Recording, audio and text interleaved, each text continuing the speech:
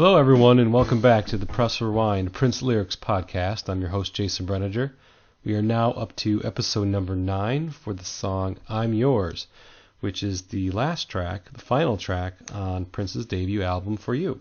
I just wanted to quickly clarify something that I said on my last episode, number 8 for So Blue.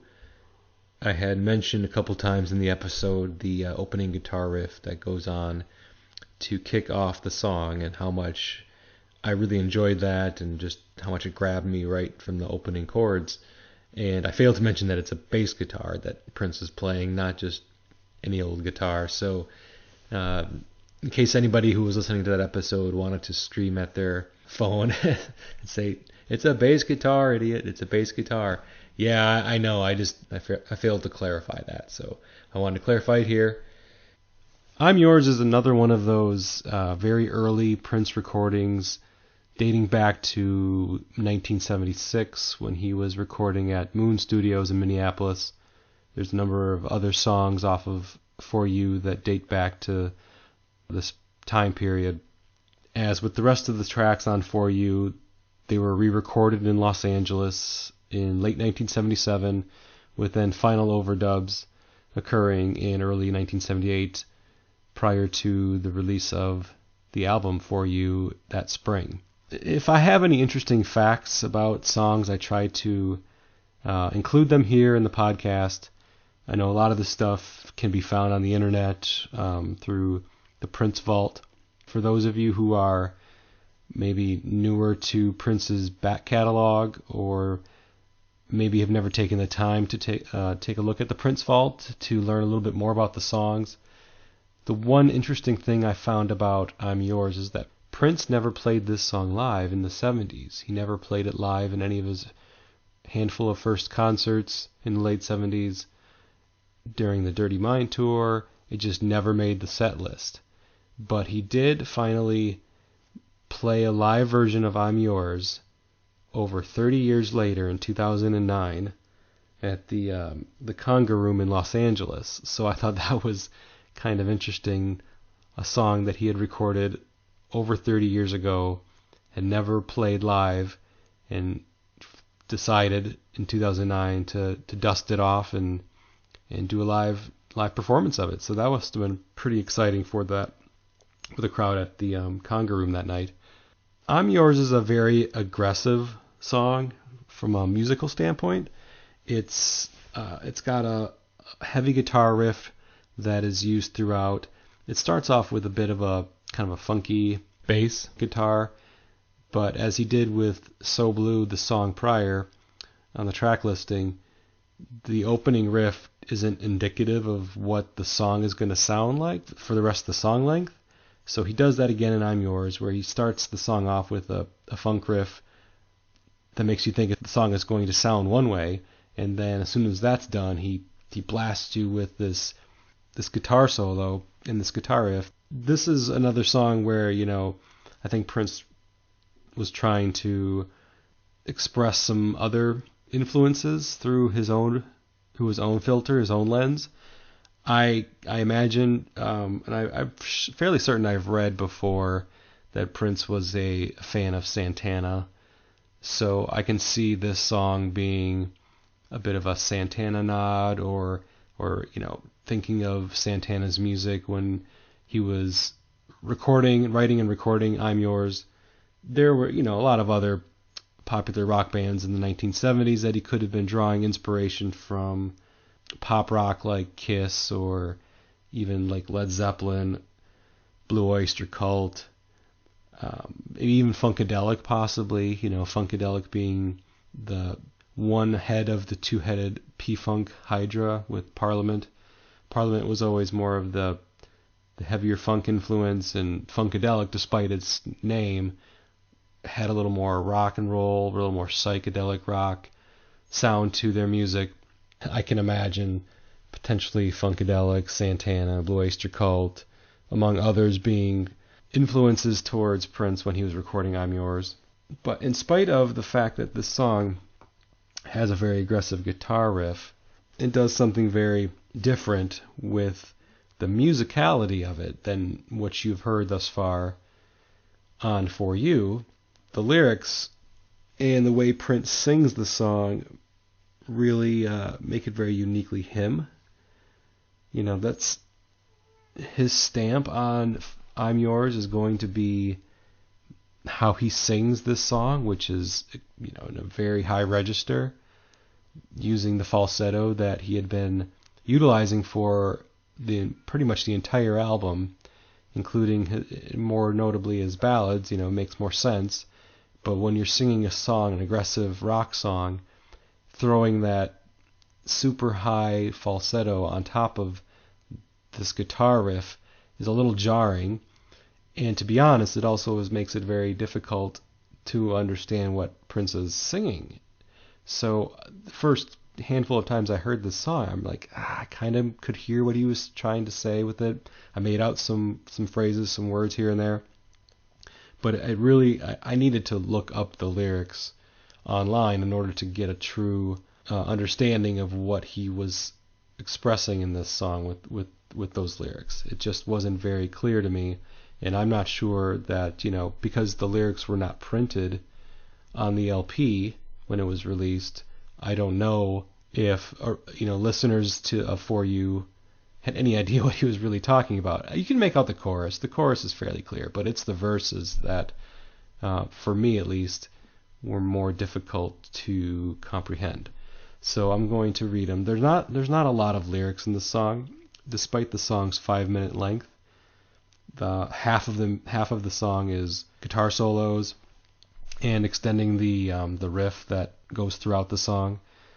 Just like Just As Long As We're Together was his show-off song at the end of side 1, where he showed his keyboard playing, synthesizer playing skills.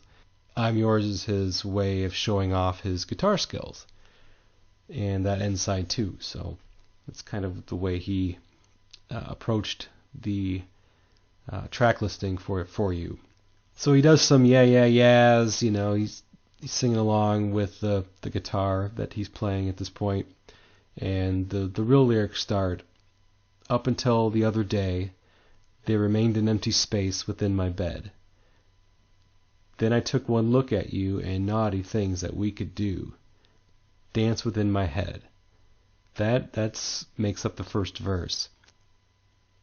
So this song, if you are listening to it for the first time and you're able to understand the lyrics, either reading along or you just have a very keen ear, he is essentially telling the listener that he's without a lover, he doesn't have a girlfriend or anybody that he can share his bed with, as he mentions with there remained an empty space within my bed up until the other day.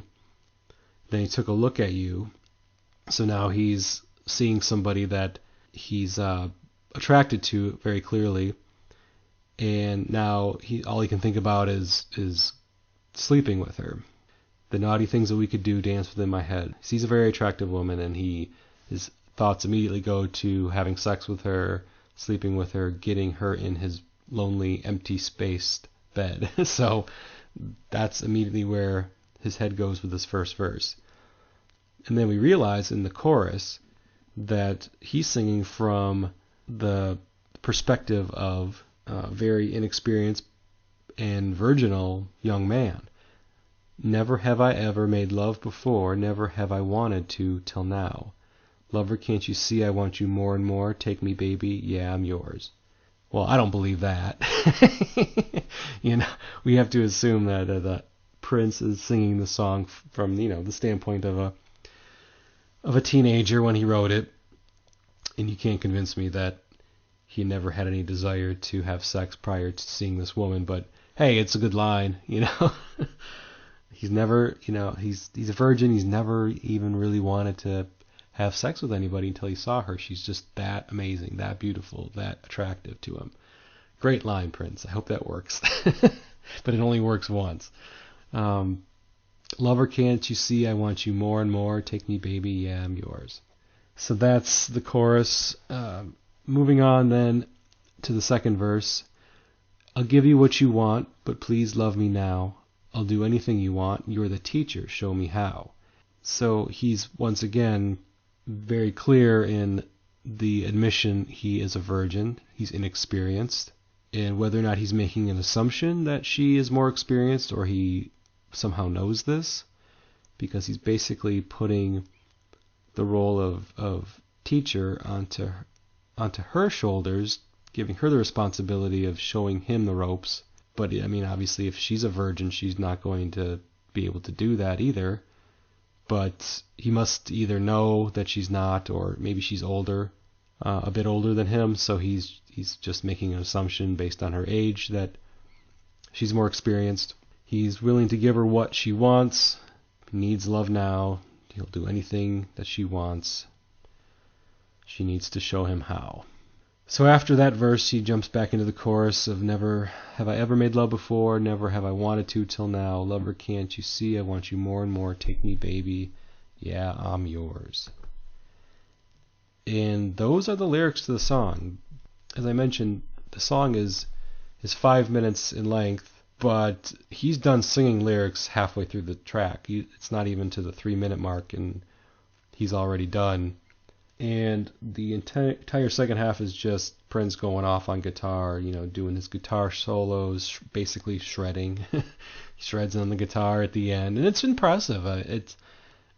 If he was trying to show off his guitar skills with this song, he does a really good job of it because it's an impressive performance on the guitar. And I think that the fact that he sings this song in his upper register with lyrics that are difficult to understand maybe didn't lead itself to being quite as appealing from a crossover standpoint. I don't see this song really dominating rock radio in the late 70s. The vocals just don't match what bands like Kiss and the Rolling Stones and Led Zeppelin and other popular acts of the time were really putting out there. He really just kind of straddled that line between R&B, disco, and then crossing over to this heavy rock song. It just wouldn't have, I don't think it would have worked on rock radio in 1978. Looking back on the song now, I'm Yours remains a fan favorite from this album. Maybe because it really kind of speaks to where Prince was going to be going for the next few years, taking a more rock edge approach and trying to appeal a bit more to the crossover audience that were rock fans. He'll do that through much of the early 80s. Yeah, of course he still does a lot of dance music, and Dirty Mind, Controversy, 1999 are filled with dance music. But for every Soft and Wet, I think he wanted to show that he could throw out an I'm Yours as well and grab a different side of the pop music audience or even rock music audience by showing off his versatility. Mission accomplished, because For You has songs that take their cues from a number of different genres and can appeal to a number of different fans of music. He does it all on this debut album, and while maybe he doesn't succeed in crossing over because in spite of his ability to show that he can do it all, the songwriting may not be quite as polished. His lyric writing may not be quite as polished yet. And his ability to craft a wide-reaching pop song hasn't been mastered. But the tools are there. And since I'm Yours is the last track on For You, I think this is also kind of my closing statement on the album, and the lyrics that were found on For You is really that he had the tools. He showed off those tools throughout the 9 songs on the album. And while it didn't cross him over to a mainstream audience, Soft and Wet was a moderate success, but beyond that there were no other hits from the album, so to speak. And the album didn't sell overly well at first. I think most of the album sales that we see now came after his breakthrough popularity in the 80s. So it's there, it's evident, but it's not, he hadn't mastered it yet. And that is widely considered, the kind of epitaph for You is a very good debut album with a lot of potential. You could even put Unfulfilled before that. I'm a big fan of For You. I think there's a lot of great songs on here, and I'm Yours is one of them.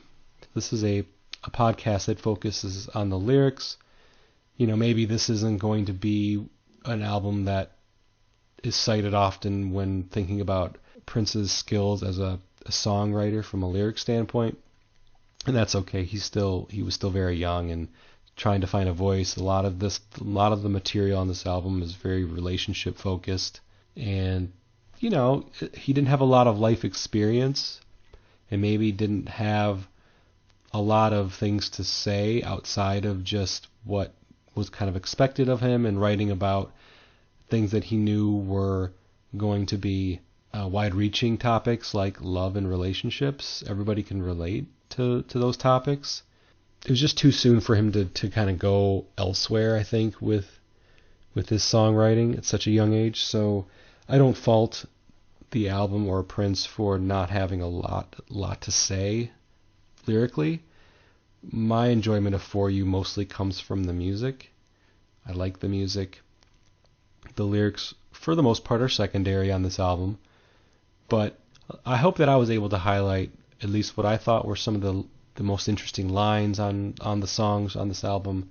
Maybe looked at lyrics from a different standpoint, even though a lot of it is very straightforward. Seemingly only one way to interpret the lines. I was hoping I was able to do that. So that was the goal.